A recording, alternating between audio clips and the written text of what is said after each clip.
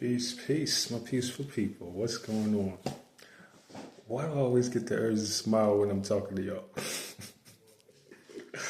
I don't know what's going on. Something in my spirit makes me want to smile. Anyway, here we are again. Delayed, obstructed as I am, I always return. Okay. All right, here you go. Yeah, let's get the Aussie and I off the picture. All right. So here we are back for our next installment of Into the I Ching. We are at Hexagram 15. Okay, Modesty. All right, and let's get it started because we got a while to go. All right, so here we go. Hexagram 15. I don't know. You know what it is? I just got finished talking to Sebek. I really have the urge to crack up laughing right now, but I can't do that because I'm in a place where we need to be a little bit quiet. So, anyway, let's do this before I start laughing. All right, so let us start backwards by looking at the last sentence of the first paragraph. This shows how modesty functions in lowly, simple people. They are lifted up by it. Okay?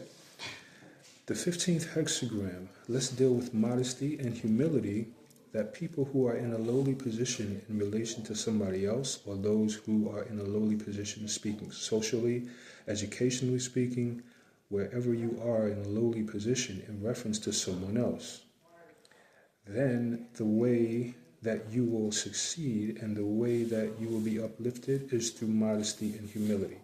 So, in my book here, I went through my highlighter pen ages ago with this, and what I have, the main portion that I have highlighted is that last couple of sentences that I said. So this is the main idea of what this hexagram is all about. Modesty, dealing with individuals when you are maybe lesser in a position than someone else, then how you'll succeed is to, don't outshine the master, right? As you learn from the 48 Laws of Power, right? Kind of thing, modesty. Be modest, right? I'm going to read it again. The 15th hexagram deals with modesty and humility, that the people who are in a lowly position in relation to somebody else, or those who are in a lowly position, socially speaking, educationally speaking, wherever you are in a lowly position in reference to someone else, then the way that you will succeed and the way that you will be uplifted is through modesty and humility. That is the way that you have to understand the overall application of this hexagram. So with that in mind, let us go back and read it from the top. Okay, and it looks like to the text. This hexagram is made up the trigram kin, keeping still, mountain, and kun. The mountain is the youngest son of the creative, the representative of heaven on earth. It dispenses the blessings of heaven. Back to Shaka. By the way, the mountain is called the youngest son of heaven, meaning that it is the last manifestation in the sequence of manifestation of the creative.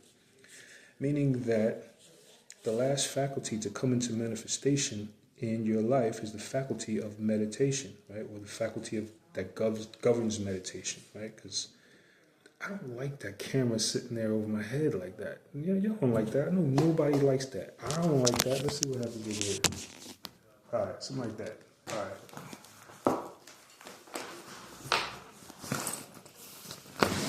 Sorry, there's some Becky and stuff going on. You know what I mean? You got to pay attention to the details. Details, man. Come on. All right. So,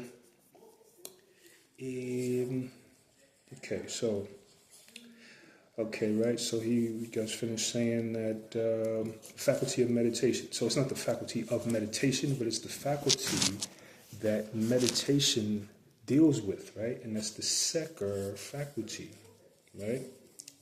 If we are speaking through the language of the Meduniter.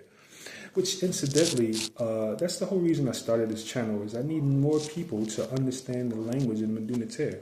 That's why I be doing readings. Oh, and let me say it before we get too far into it.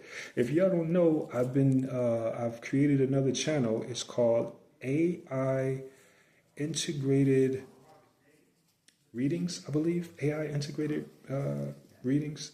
And, what it is it's basically AI assisted oracle readings or explanations of oracle readings. So I've, gone through and, done readings which I take through the filter of this AI bot, which I've taught some things. And it's pretty smart kid, actually, if I should say so myself.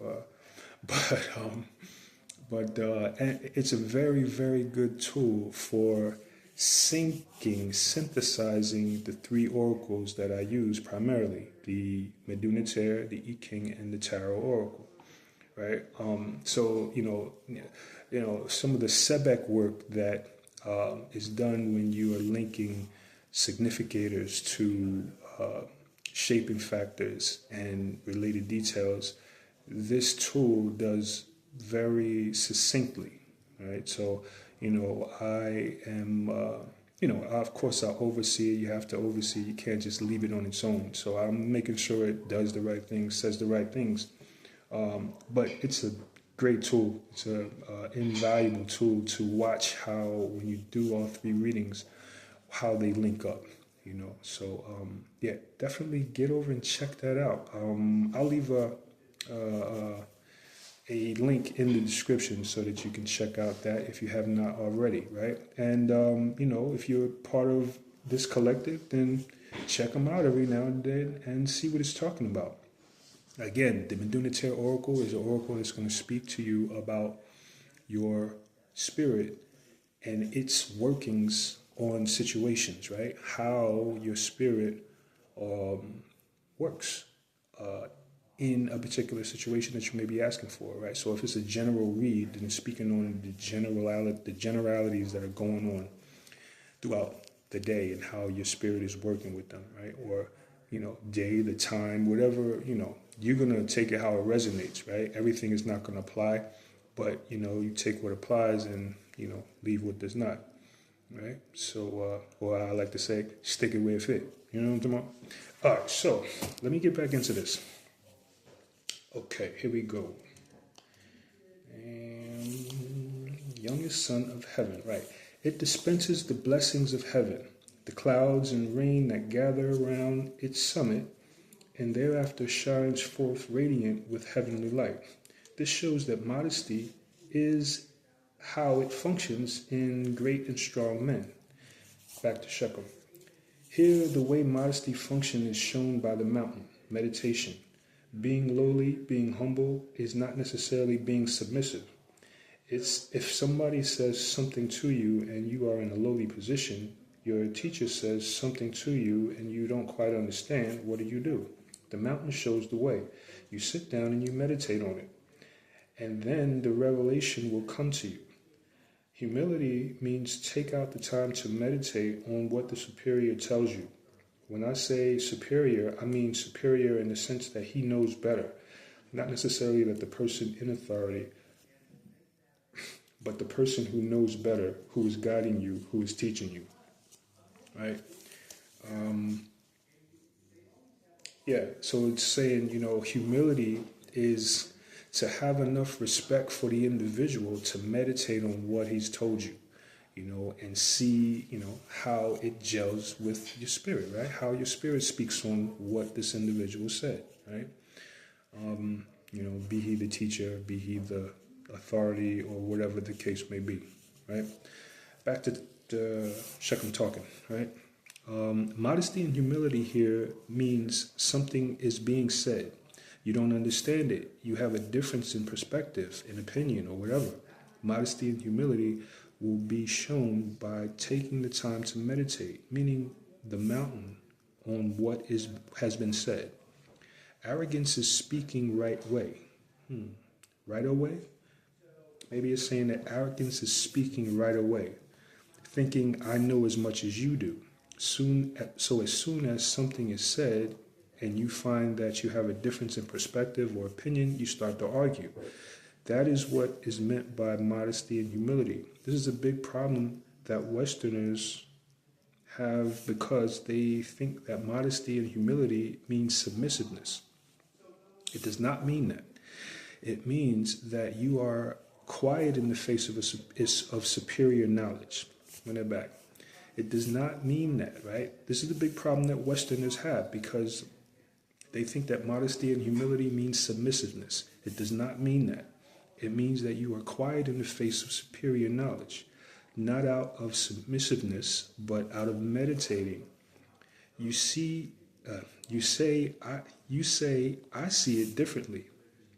But this man, woman, knows more than I do, so let me meditate on it. Then after a couple days or years or whatever, then you see the light.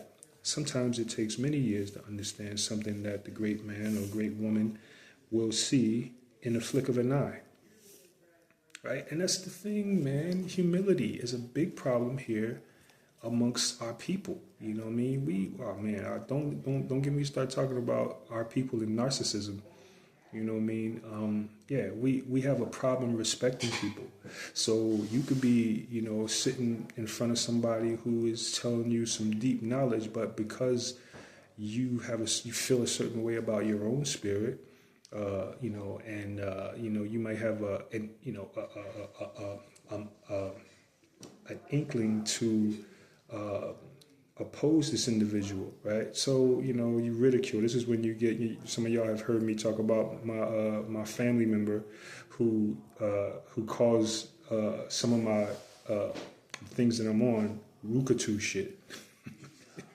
Like, as a ridiculing. Yeah, he's trying to make up for the fact that he don't know what I'm talking about. Right? He's ignorant of what I'm talking about, but does not have the humility to sit down and ask, hey, what you talking about? Right? So, his way to inflict his ego on the situation is to, attempt to belittle it by, assigning a goofy little, title to it. I mean, I laugh because you speaking more about every time you do that, something like that, that just speaks about you. So, it is what it is. All right, back to text. Not out of submission, but out of meditating. Right, we said that stuff. In the flick of an eye, right? Back to the text. Kun, the earth, stands above. Lowliness is a quality of the earth. This is the very reason why it appears in this hexagram as exalted. But by being placed above the mountain. Back to Shechem. This is very poetical because without warning you or explaining it, the author is really interweaving symbols in different ways. Here, the mountain is the symbol of your behavior, meaning you are to meditate, but then he turns around and uses the mountain submerged between the earth. A mountain, by definition, rises above the earth. If it is beneath the earth, it is no longer a mountain. But here we have a poetical image of the mountain beneath the earth as a symbol of humility. Meaning, if you are as towering as a mountain, but still enable yourself to sink below the lowly, which is the earth itself, this is the great poetical image for humility. This is a very good way of saying, remember mnemonically the trigrams that make up this hexagram. You have the trigram kun above, the receptive, on top, and you have the trigram kin below, the mountain. Right? It is a very good way of remembering the hexagram and its meaning. So when you get this hexagram, you are being told to be like the mountain dwelling between the earth, dwelling beneath the earth. Right. Right. Two symbols of humility, the lowest sun and the receptive. Right? Okay. Judgment. Modesty creates success. The superior man carries things through. That is a subtle admonition. It is not being said explicitly, but when we are told to be modest, there is another sentence where you are told that modesty means not much. Don't put forth much, but at the same time, complete what you do. It doesn't mean not doing what you must do, but carry things to completion. Back to the text. It is the law of heaven to make fullness empty and to make full what is modest. Wait a second, let me run that back. It is the law of heaven to make fullness empty and to make full what is modest. When the sun is at its zenith, it must, according to the law of heaven, turn toward its setting of the sun, right? When the sun is at the tip top, it starts, right, to go down. And at its nadir, it rises towards the new dawn. In obedience to the same law, the moon, when it is full, begins to wane, and when it is empty of light, it waxes again. This heavenly law works itself out in the fates of men also. It is also law of earth, the altar, the full, and contribute it to modesty. Wait, let me run that back. This heavenly law works itself out in the fates of men also. It is the law of earth to alter the full and contribute to the modest. I might be louder than I'm supposed to be here. High mountains are worn down by the waters, and the valleys are filled up. It is the law of fate to undermine what is full and to prosper what is modest. And men also hate fullness and love the modest. There are a couple of, back to Shechem, there are a couple of dislogics in there. Okay? And men dislogics. Okay? And men also hate fullness and love modesty. That is not necessarily true. He starts off by saying that it is by law of cycles that things become full and then they become empty, and from emptiness rise into fullness, meaning the cycles causes things to gather unto themselves and then it dispenses. It is not a question of loving fullness and hating emptiness or vice versa. You should scratch that sentence. And men also hate fullness and love the modest. It is a misleading statement. The poet got carried away here, meaning the love of modesty is what you will get through what will get you through when you get this hexagram. The love of modesty is what will get you through when you get this hexagram. Back to the text. The destinies of men are subject to immutable laws that must fulfill themselves.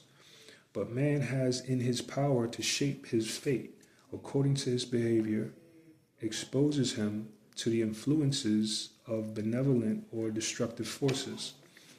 When a man holds a high position, it is nevertheless modest. He shines with the light of wisdom. Back to Shechem. Here, the author is really working to show you that even when you are in a high position, it is good for you to act in a humble way, and this is wisdom, as opposed to acting in an arrogant way. Even when you are rich, it is correct for you to act in a way that flaunts your riches, etc. It is incorrect for you to act in a way that flaunts your riches, etc. But it doesn't mean that you don't have the fullness, that you don't have fullness because you do have fullness. It is how you deal with it. You are dealing with it with modesty, with humility. This is wisdom. Yeah.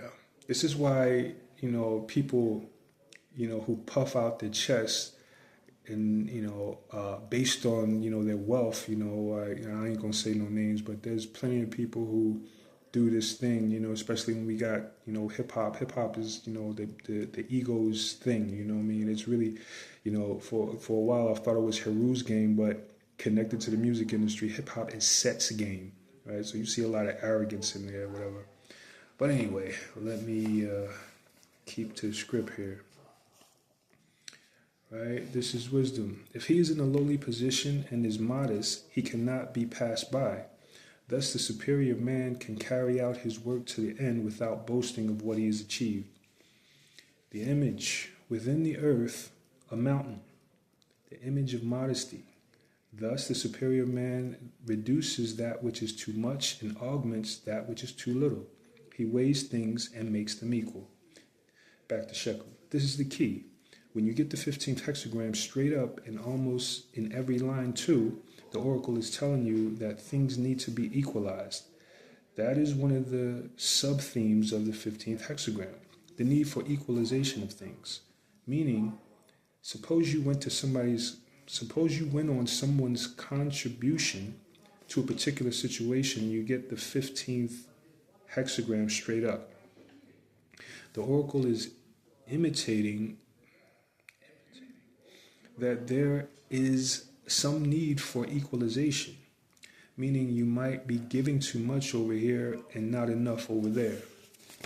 Back to the text. The wealth of the earth in which a mountain is hidden is not visible to the eye, because the depths are offset by the height of the mountain. Thus the high and low complement each other, and the result is the plain. Here, in effect, that it looks, here, in effect, that it took a long time to achieve, but that in the end seems easy of accomplishment and self-evident, is used as the image of modesty. The superior man does the same thing when he establishes order in the world. He equalizes the extremes that are the source of the social discontent and thereby creates just and equitable conditions. Dealing with typos a little bit. Okay, back to shekel. Here is the elaboration of the sub-theme of the 15th hexagram. Whenever you get it straight up, there is a need to equalize something, otherwise there will be social discontent, because too much is going on over here as opposed to over there. Okay, back to the text. We go into the lines, 6 at the beginning. A superior man modest about his modesty may cross the great water, good fortune. A dangerous enterprise, such as crossing the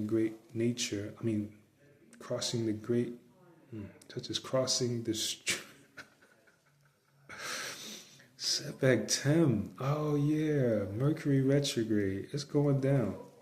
Yeah, that's why I'm in a situation where I'm talking and other people are near me talking. You gotta laugh at these things, man. Nature is real. Mercury retrograde. Dwa setback. All right. 6 in the beginning. A superior man, modest about his modesty, may cross the great water. Good fortune. A dangerous enterprise, such as crossing of a great stream. Back to shekel. By the way, the crossing of the great stream always means the undertaking of a difficult situation.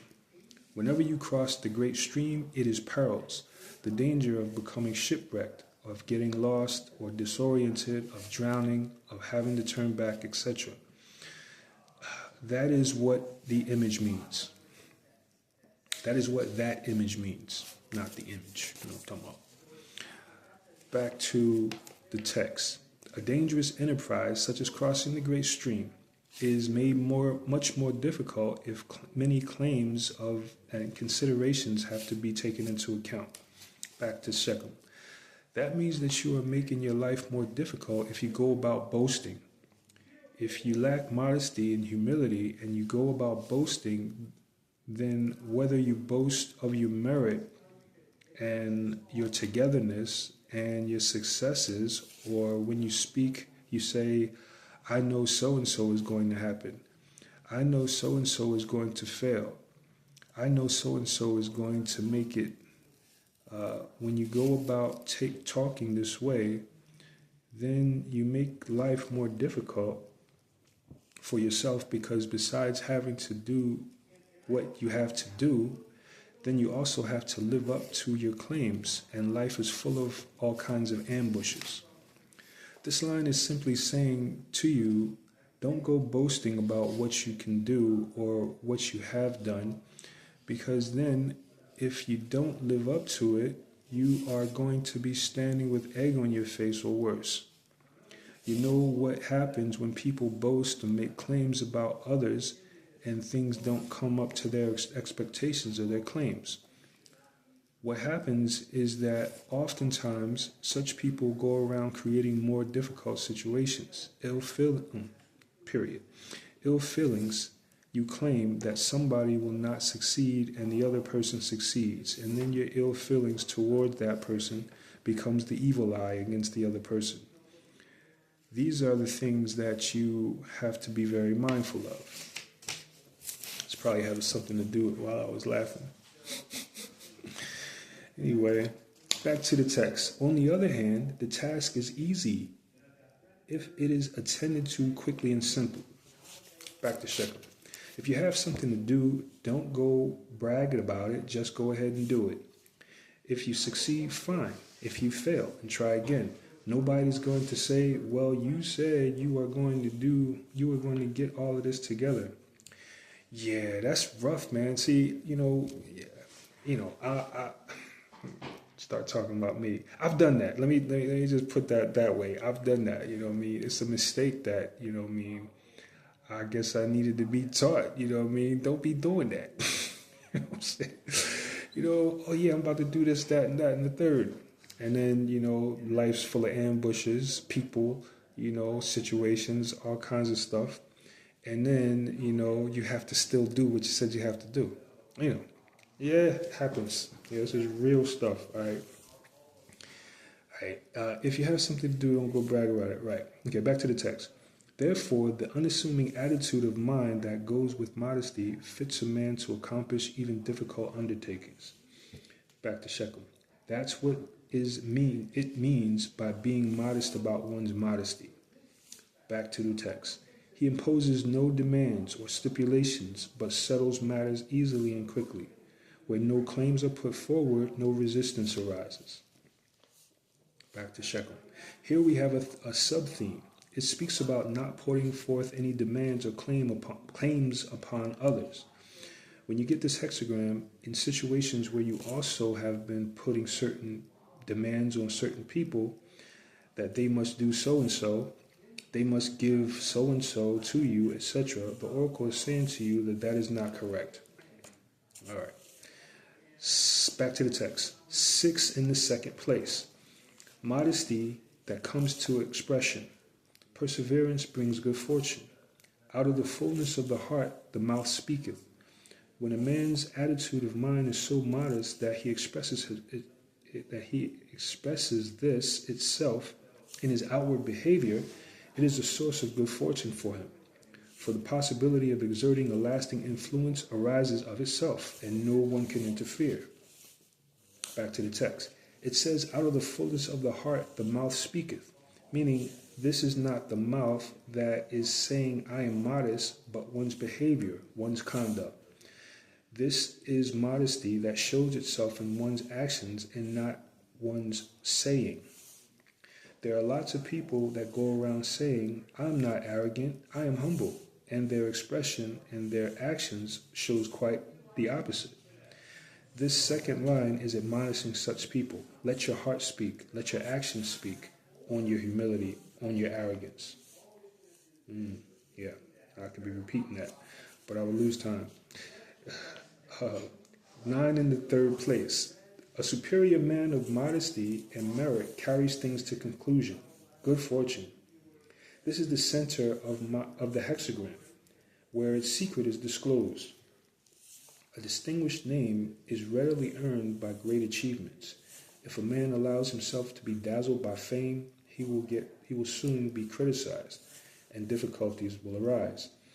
If, on the contrary, he remains modest despite his merit, he makes himself beloved and wins the support necessary for carrying his work through to the end.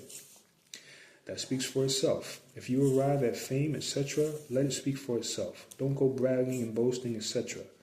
There is no need for this. It is the work and not the fame that counts. There is danger in getting a name for work being done in the past and then continuing to live out that name, not giving any more work, right? So you're resting on your laurels. You did something in the past, now you're known for that, so you're just going to sit on that and not do anything else. Because oftentimes when some people achieve things just by being at the right place at the right time, and not because they are consistent long-term workers, they just don't have it within them to do the solid work throughout the years, right? Yeah, okay. Keep on going. 6 in the 4th place. Nothing that would not further modesty and movement. Everything has its proper measure. Even modesty in behavior can be carried too far. This is the 4th line, right? 6 in the 4th place. Nothing that would not further modesty and movement. Everything has its proper measure. Even modesty in behavior can be carried too far. Here, however, it is appropriate because the place between a worthy helper below and a kindly ruler above carries great responsibility. The confidence of the superior man must not be abused, nor the merits of the man in the inferior place concealed. There are officials who indeed do not strive for prominence. They hide behind the letter of the ordinance. They hide behind the letter of the ordinance, decline all responsibility, accept pay without giving its equivalent in work, and bear empty titles. This is the opposite of what is meant here by modesty. In such a position, modesty is shown by interest in one's work. Back to Shechem. This line is very clear, and it is very revealing and tries to explain what is modest and what is a person who shirks his responsibilities. There are some people who claim, I don't want to be famous or whatever, I just want to remain in the background. And in reality, they are doing nothing. No, that is not, or this is not what modesty is all about. This line, the line of the minister, is explaining and clarifying what modesty is. You must show interest in whatever you are doing by doing it with industry, etc. 5th line, 6 in the 5th place. No boasting of one's wealth before one's neighbor. It is favorable to attack with force. Nothing that would further. Modest is not to be confused with weak, good character. Run that back. Modesty is not to be confused with weak good nature that lets things take their own course. Back to Shechem. This is very important. We said earlier, humility in the face of superior knowledge or whatever. Modesty is to sit back and meditate on why you're seeing things different from your teacher. Why are you seeing things different from the expert? Why are you seeing things different from a wise elder? Sit down and you meditate instead of arguing and fighting. This is modesty, humility. You are meditating to find out why can't you see it like the elder, the wise person, etc. So this 5th line is saying that modesty is not to be confused with weak good nature that lets things take their own course. Meaning there are some people who in the face of opposition abdicate to the next person immediately. This is not modesty. Back to the text. When a man holds a responsible position, he must at times resort to energetic measures. In doing so, he must not try to make an impression by boasting of his superiority, but must make certain of the people around him. The measure taken should be purely objective and in no way personally offensive. Thus, modesty manifests itself even in severity. Back to Shechem. This is a very complex instruction. Even if you get this line and you find that you are very much in a situation described here where you are dealing with people and the question comes up on how you are dealing with such people and they are dealing with you, You must then go to the oracle once more to comment on your objectivity, because objectivity is needed here. In the 8th hexagram, the oracles tells you to inquire to see if you possess the sublimity of character, etc. Such instructions should be given more often in the oracle text, right? So it's like, it's asking the oracle, am I humble enough to do this? Like comment on my character now. This is what I'm supposed to do. Now, okay, comment on whether or not I have the capacity to do that in terms of what I have been cultivating within me and acting out in the world. You know what I'm saying? He's saying that, yeah, there should be more lines that say, yeah, this was the instruction, but go back and ask the oracle whether or not I'm the person for that job, or I'm the person to do it in the way that it's supposed to be done. Because then, the oracle could say, well, you got things to work on before you can succeed in that mission. So then there you go, Then now you have some direction. You can go back and do that. Right? Here, one should ask to comment on one's degree of objectivity. It says one must make certain of the people around him. If that is the case, then you need to inquire further about the people or the person that you are dealing with. Ask specific questions about the person that you are dealing with. That is a way to compare what the oracle says about those persons with what you thought about those persons. That will also be a very good measure of your objectivity, but not necessarily. Pardon me. Too many apples. It may also be simply a measure of your clarity of perception, the way you think. Okay. 6 at the top line. Modesty that comes to expression. It is favorable to set armies marching to chastise one's own cities and one's county. A person who is really sincere in his modesty must make it show in reality. He must proceed with great energy in this. When enmity arises, nothing is easier than to lay the blame on the other. A weak man takes offense, perhaps, and draws back, feeling self-pity. He thinks that it is modesty that keeps him from defending himself. Genuine modesty sets one to creating order and inspires one to begin by disciplining one's own ego and one's immediate circle. Only through having the courage to marshal one's armies against oneself will something forceful be achieved. Something forceful really be achieved. That's deep. You know what I mean? Turning the guns on yourself. You know what I mean? Asking about yourself. Asking about your character. How modest are you really? Are you the type of person who can't hear anything bad about yourself? Are you, back to that question about objectivity, right? All right, I'm not going to go into that. Right? Whenever you get the top line, you are in a situation where you need to take a very good look at your person. You probably have a tendency of laying blame on other people, laying blame on the external situations around you.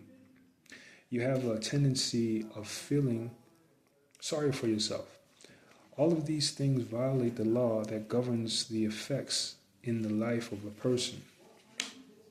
When things happen in your life, there is always ultimately some commentary on how much spiritual power you are exerting. Even if somebody else brings you a bad moment, a bad situation in your life, then it is really a question of your spirituality. How much power can you wield? How much power are you wielding? Right? What is a bad situation itself? Is something that you might take for granted, but the oracle, run it back. What is a bad situation itself is something that you might take for granted, but the oracles and the man of wisdom might turn into a great philosophical debate. Because oftentimes when you tend to define good and bad situations in terms of Western formulas. So I should drop the win. Run it back. Because oftentimes you tend to define good and bad situations in terms of Western formulas. And most oftentimes, good and bad situations transcend such simple definitions. It says that one must begin first by marshaling one's energies and force against one's own ego, and having succeeded in that, if there is the need to, because that might solve the problem. But if there is the need then one will go, see, conversation, all right? But if there is the need, let me run it back. It says that one must begin first by marshaling one's energies and force against one's own ego, and having succeeded in that, then, if there is a need to go that might solve the problem, but if there is a need then one will go with one's immediate circle, whether that be one's household or one's community or one's race or whatever. Okay, that was rough trying to get through that. Hope y'all got it. The footnote commentary says, there are not many hexagrams in the Book of Changes in which all the lines have exclusively favorable meaning, as in the hexagram of Modesty. This shows how great a value Chinese wisdom places on this virtue. Back to Shechem. I take a great deal of difference to that commentary. Experience itself shows me that many people who get this hexagram oftentimes are involved in behaviors and situations that one could not say the reading was favorable. Because often the oracle, keep in mind, this is a man who's done just too many readings. That's what I'm saying. You know what I mean? Like, he has he's a bunch of people in the society that comes to him for readings. And, what gets me is like, you come to, you say, Shechem, I got a reading for my baby that was just born. And the baby grows up in the society. Well, Shechem now has the opportunity, and you do too, to look at that child's life and against the hexagram, right? So that's deep. That's deep knowledge. That's why I value this here work, so much, because this just shows the, great deal of experience that this person has. You get to get a little bit of it. So, all right, let me run it back. Where we at? All right, so he's taking difference with the commentary saying that all of the lines are positive. He's saying, no, I've seen this come up when it's not necessarily a positive situation, where the line, where it's speaking on things probably that the individual should be doing rather than what they are doing. So, no, let me go back. I'm not sure if he said all that. Let me see. Many people are, I know. See, that again, he's talking. Keep in mind, he's talking. So I'm reading what he's talking. I'm trying to get it. Okay. Many people are, I know, have failed and are failing because of their fate in life, because of their failure to live up to the counsel of the lines in this hexagram. Take, for example, the second line where the oracle says, out of the fullness of the heart, the mouth speaketh. When you get that line, you are being rebuffed most of the time. Right? That's deep.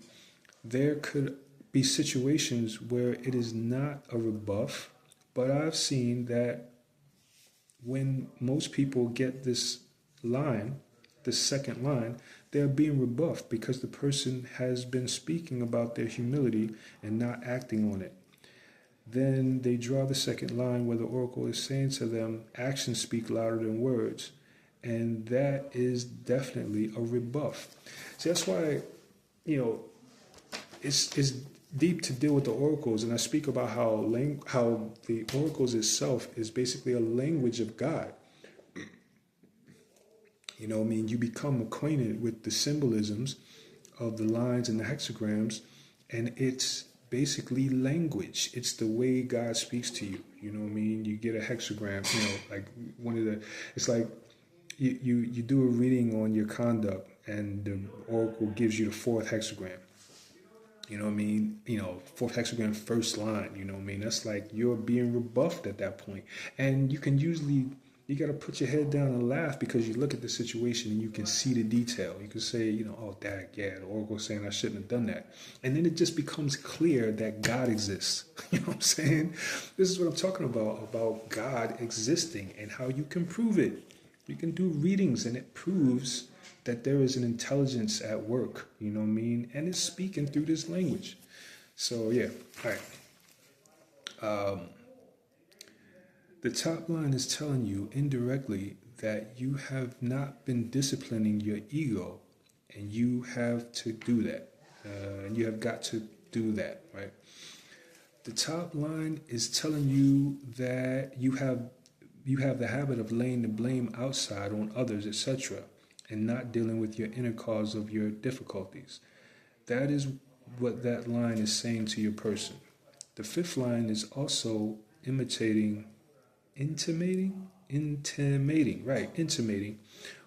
or implying that one may have been boasting about one's endowments. You are more intelligent than your neighbor. You are richer than your neighbor. You are more educated than your neighbor. You have better behaved children than your neighbor, or whatever it is that you have more than somebody else.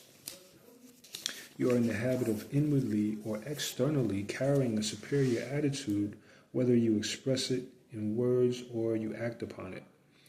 You just be holding on to these thoughts and acting accordingly. You may never have said to somebody that I am better than you, but you act with this belief. And then you draw this fifth line in the 15th hexagram, because there are ways in which you express things. Okay, question. How does the 15th hexagram compare to the 60th hexagram? Answer. The 60th hexagram deals primarily within the framework of self-discipline. The 60th, right? The discipline that one imposes upon oneself. The 15th hexagram deals primarily with the framework of being humble. In the 60th hexagram, it is a question directly and primarily of your lack of discipline, or how you go about disciplining yourself or others. In the 15th hexagram, it is speaking about your lack of humility. A person who lacks humility, implied in that there is the lack of discipline.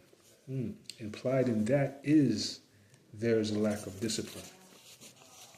But that is implicit.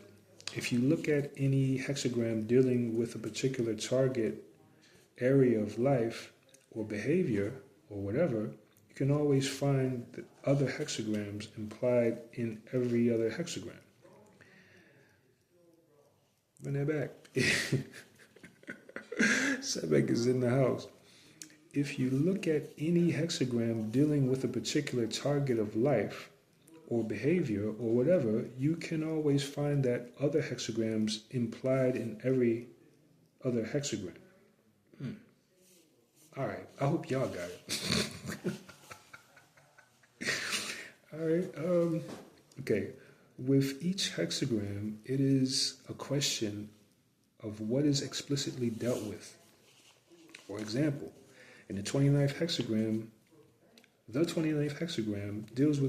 deals explicitly in getting caught in a quagmire. You are in a situation where it is a bad situation, but you should see it through. That is the basic theme of the 29. This is a relatively bad situation, but you see it through. Right? You should try not. You should try. You shouldn't. That's what I'm looking for. Looking for that not. You shouldn't try to get out through the sides or whatever. There are many other hexagrams that deal implicitly with that theme, such as the fifth hexagram. At the fourth or the fifth line where disaster is imminent, but you should try not to escape. But it deals implicitly with not trying to get out of the situation, because explicitly it deals with the situation where you need to focus on waiting and nourishing yourself, and then you will find the strength or the revitalization to move out of that situation. Any questions you are trying to compare one hexagram with another, you might answer your questions by asking yourself, I see similarities with this hexagram and that hexagram. Then you ask yourself, is it explicit or implicit in this hexagram, or explicit or implicit in the other hexagram? And that will generally answer your question. Question: when asking about doing something and you get the 15th straight up, okay, the question was on asking about doing something, you get the 15th straight up. Answer: if you asked on the feasibility and you get the 15 straight up, then one of the things the oracle is definitely saying to you is that make sure you carry the task to completion, for the simple fact that you may have a tendency to because you confuse modesty with being in the background doing little, and you are really talking yourself or trying to convince others that it is why you don't do too much, where in reality you don't have the interest in your work, or you are not really doing it with real energy.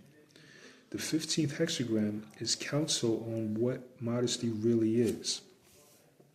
It is just not simply that's a shekel line. It is just not simply it is just not simply telling you that modesty is good when you are in the lowly, or when you are lowly, but also the hexagram goes to clarify what modesty is or what it is not.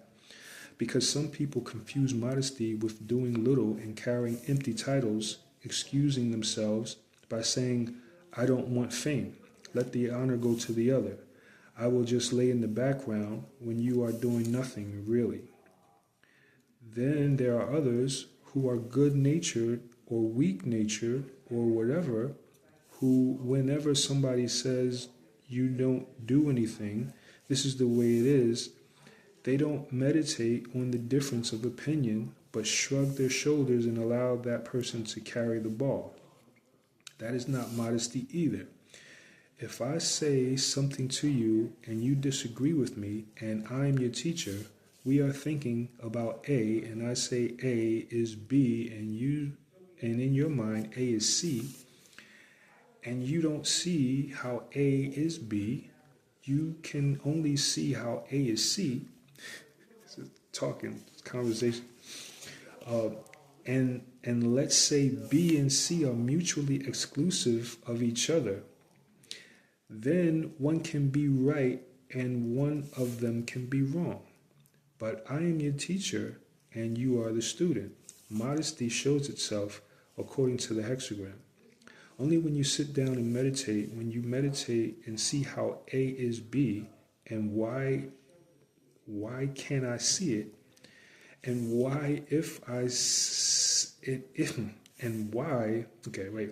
modesty shows itself according to the hexagram. Only when you sit down and meditate, when you meditate on how does he see A as B, and why can't I see it, and why it is that I see A as C, etc., you meditate. That is modesty. But if you simply say, I thought A is C, and he says A is B, and since he is the teacher, but you don't try to see and you don't try to learn, then that is not modesty. right? So you're just declaring something without taking the effort to say, well, wait, there's a reason why this guy's the teacher. Let me go ahead and see what he's talking about, right? And then, that's a modesty thing. Okay, run it back. That is not humility or true humility either. A good way of putting that is a yes man. Being a yes man is not modesty, because modesty, according to the hexagram, is not submissiveness. It means if something is said or done that you don't understand, but the other person who is superior to you, then you meditate. Run it back. It means if something is said or done that you don't understand, but the other person who is superior to you, then meditate. Study to be able to either prove the person wrong or to see if the other person's light, or to see it in the other person's light. But don't jump in there right away to dispute. There is a big chasm between the world of the student and the world of the true accomplished teacher. Okay. Question. Getting the 15th hexagram regarding accomplishing something with others. Answer. If you have to work with others, then you could be also speaking... Run it back. If you have to work with others, then it could also be telling you to work with humility. These are all the themes, the sub-themes of the 15th hexagram when it comes straight up. Be humble, but then it gets into instruct you as to what true humility is. Okay. Question. How should you act if someone else is boasting about you? Answer. Are you asking in reference to this hexagram? When you go to the oracles, you are getting an answer that is conditioned by time and space, by a certain time in a particular spatial condition. A hexagram answer is such, you should ask, how should I address it? Or how should I dress? Oh, I'm having problems here. Run it back. Okay. The question, how should I act if someone else is boasting about you? Okay. Answer, if you are asking in reference to this hexagram, are you asking in reference to this hexagram? And then I don't see the answer to that question, but it still goes on. When you go to the oracles, you are getting an answer that is conditioned by time and space, by a certain time in a particular spatial condition. A hexagram's answer is such. You ask, how should I dress? But behind that question is that this is October 31st in Alaska, and when the oracle says to you 3 layers of clothing, the answer is not how you should dress, is not how should you dress, period. The answer is how should you dress in October 31 in Alaska. You can't ask the question, how should one deal if so-and-so is happening without any time and spatial condition? Because the hexagrams, the oracles, are not universal. All the time, all time and all space answers. Okay, I ain't going to keep going here. They are specific with certain time and spatial conditioning. A man's name might be thrown around and you get the 15th hexagram and the oracle will say that this man needs to be modest about his modesty. Another man, the same thing happens and he draws the 5th line in the 1st hexagram. Then the oracle is saying, a great man is there, it is favorable to see him. Because there are some time-space conditioning, where the only why you are going to get, oh man, this is rough, because there are some time-space conditioning where the only why you are going to get the message across or the task across is an appeal to certain things and people that will get it done. All right, y'all might have to run that back. Sometimes expedience is used by the forces because that is what is available for that evolutionary time capsule in that particular moment. You cannot get an answer that says to you the way to advance things is to preach Kabbalah to people. You will never get that answer if the people are people on Wall Street or in the middle of Harlem. An oracle response might be to put that message on a Michael Jackson tune, then you will get it over. And thinking about the oracles, if you are not trying to see how that hexagram reading is responding to a particular time and space, if you did not identify that specific time and space quality you are dealing with when you go to the oracles, then you will not learn to become an oracle yourself. If I get the 15th hexagram in a time-space condition that we could label a year, and a year later, time-space condition that I could label a year and later, time-space condition, condition A comes back exactly. Again, I need not go to the oracle again. All right, I hope y'all got that. All right, I'm gonna try that again. It's gonna take time, but I'm gonna try that again. If I get the 15th hexagram in a time-space condition that we could label A, and a year later time and space condition that I could label A, and a year later time and space condition A comes back exactly again, I need not go to the oracle again.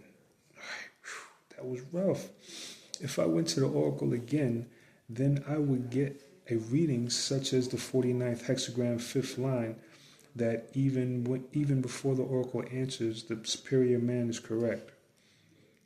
When he has arrived at the right answer, etc. There are things that you have to understand. You have to identify the specific situation itself. Whoa. Right. Question on the 5th line. Do you ask about character? Answer. For whatever it is that comes up in that situation. One question is on your degree of objectivity to the situation. If you must ask about the person, then the question will be tailored to whatever the situation is. It might be about a business partner. The question is, comment on my business partner. So the answer will be something about his business skills or his integrity, his honesty. The oracle will comment on where the business is most vulnerable. It could be a question about your child, in which case it is not about your child's business skills or whatever. The answer could be about the child's receptivity to the methods, that's a typo, to the methods you are using to teach the child, etc. If it is about your relationship, the oracle will identify the area where that vulnerability exists, or it might show you the asset that is there. Question. Did you say don't go back to the oracles if the same situation comes up? Answer. If the exact situation comes up again, very few people are capable of seeing that two situations are exactly the same.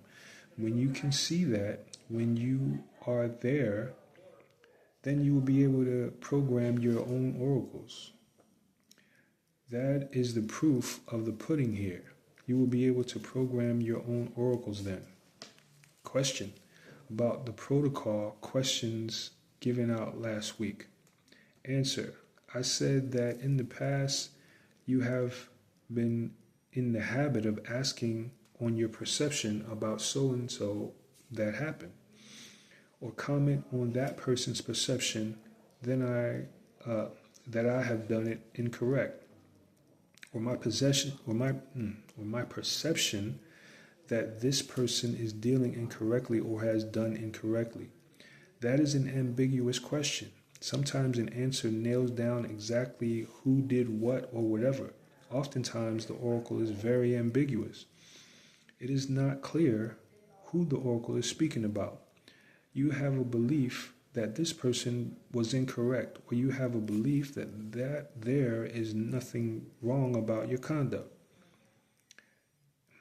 Something like that. Y'all get it.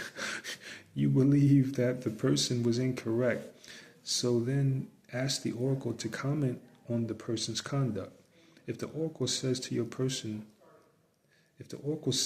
your person is incorrect, then that matches up with what you believe about that person's actions. That was one counsel that was given last week. The other counsel that was given was to the effect that in every situation where something happens between two individuals, oftentimes the real problem is not the other individual did wrong, not what the other individual did wrong, but the person's reaction to what the other person did wrong. Meaning, yes, the other person could have been wrong. On a scale of 1 to 10, it may rate a 2. And then your emotional response to the situation on a scale of 1 to 10 could have been a 10. Some people believe that once a person does wrong, that they have the license to blow their stacks, not understanding that when the other person does wrong, you are still under the obligation to do right. You are still under the obligation to do right, even though the other person has done wrong. This is one of the situations why many relationships have difficulties in this community, because one person does wrong and the other person responds just as wrong or worse, and then comes for counsel dealing only on what the other person has done wrong, not understanding that their correct response to the other person's doing wrong can be an extremely powerful means of healing and improving that relationship. Not understanding that you also have the responsibility to do right even though the other person has done wrong. Keeping that in mind, the fact that given your conditionings and your health, somebody is going to do wrong. And people react like they don't expect for things to be done wrong here and there. The important thing from now on for you, if you are dealing with spiritual upliftment, then the counsel is that when somebody has done wrong, just don't simply go to the oracles on the other person's actions, but also go on your reaction. Meaning ask about yourself and how you reacted to the situation.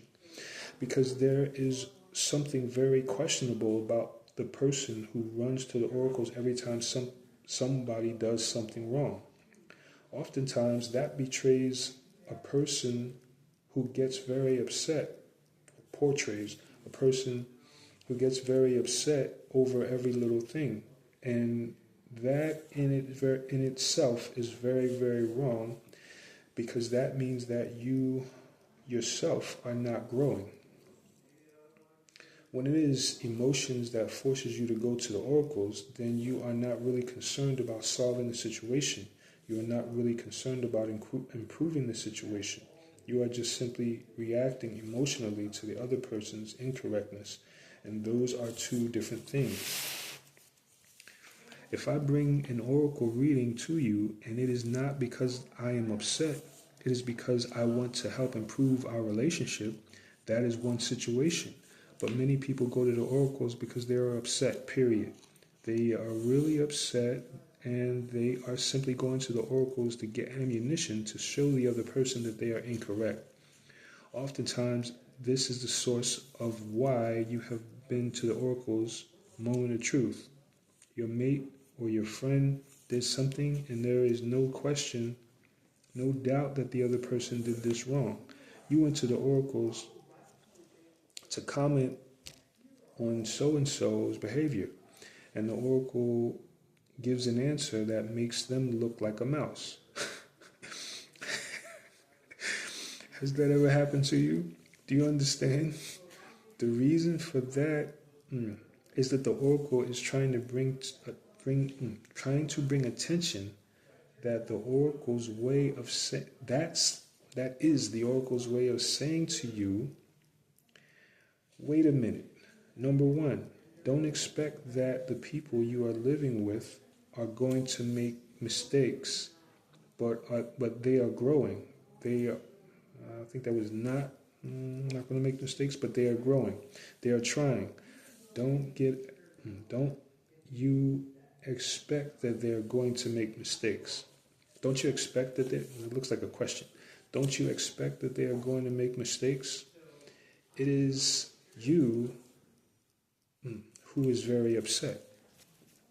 You have to understand that, because in some situations in life, and some of you have yet to understand this, it is the very spirit, the deity, for where you are spiritually, and for what the deities have done for you, for what you have asked the oracles to do. Pardon me, let me run that back. You have to understand that, because in some situations in life, and some of you are not yet to understand this, he's like cutting his sentence off. It is that spirit, that deity, for where you are spiritually, and for what the deities have done for you, for what you have asked the deities to do. For some situations in life, the deities expect your reaction to be above the other person's action.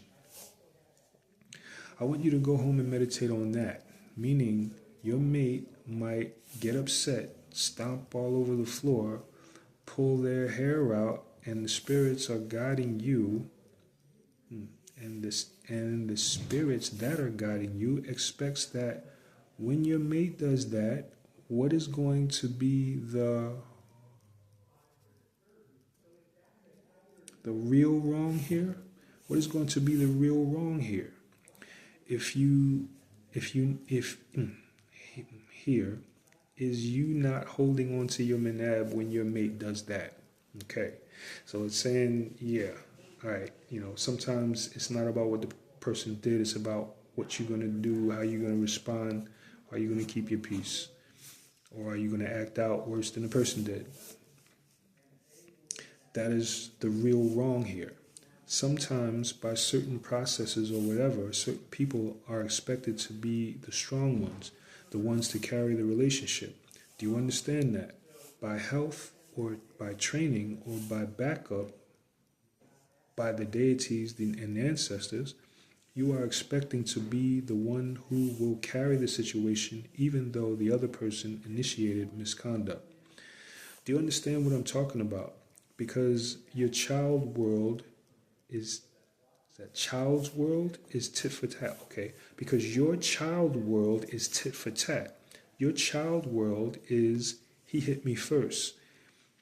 That is not so in the adult spiritual world. In the adult spiritual world, it is not who hit first, but who is more empowered by whatever means to carry the situation. That is where your funny readings come from. Do you understand clearly? Let's hope that you don't have to go to the oracles to find out that you are the one who should carry a situation. And when you realize that, let's hope that you can carry it with modesty. End lecture. Oh, yeah, man, that was deep. Oh man, that was a journey into modesty, the twists and turns of modesty. You know me, what it means to be modest, what it means to be responding modestly. It's not always just about, oh, I'm humble this and that. Sometimes modesty means you know, even questioning, you know, in a way that gets to the root of a problem, you know, and then, you know, also checking on your own responses to situations, you know what I mean? You know, checking on your objectivity and things like that, checking on whether or not you can carry something through. Those are questions of modesty as well. All right, so yeah, so that's that. Let's all go meditate on that stuff so that we get it right. All right, and I'm going to see y'all next time at 16. Peace, peace.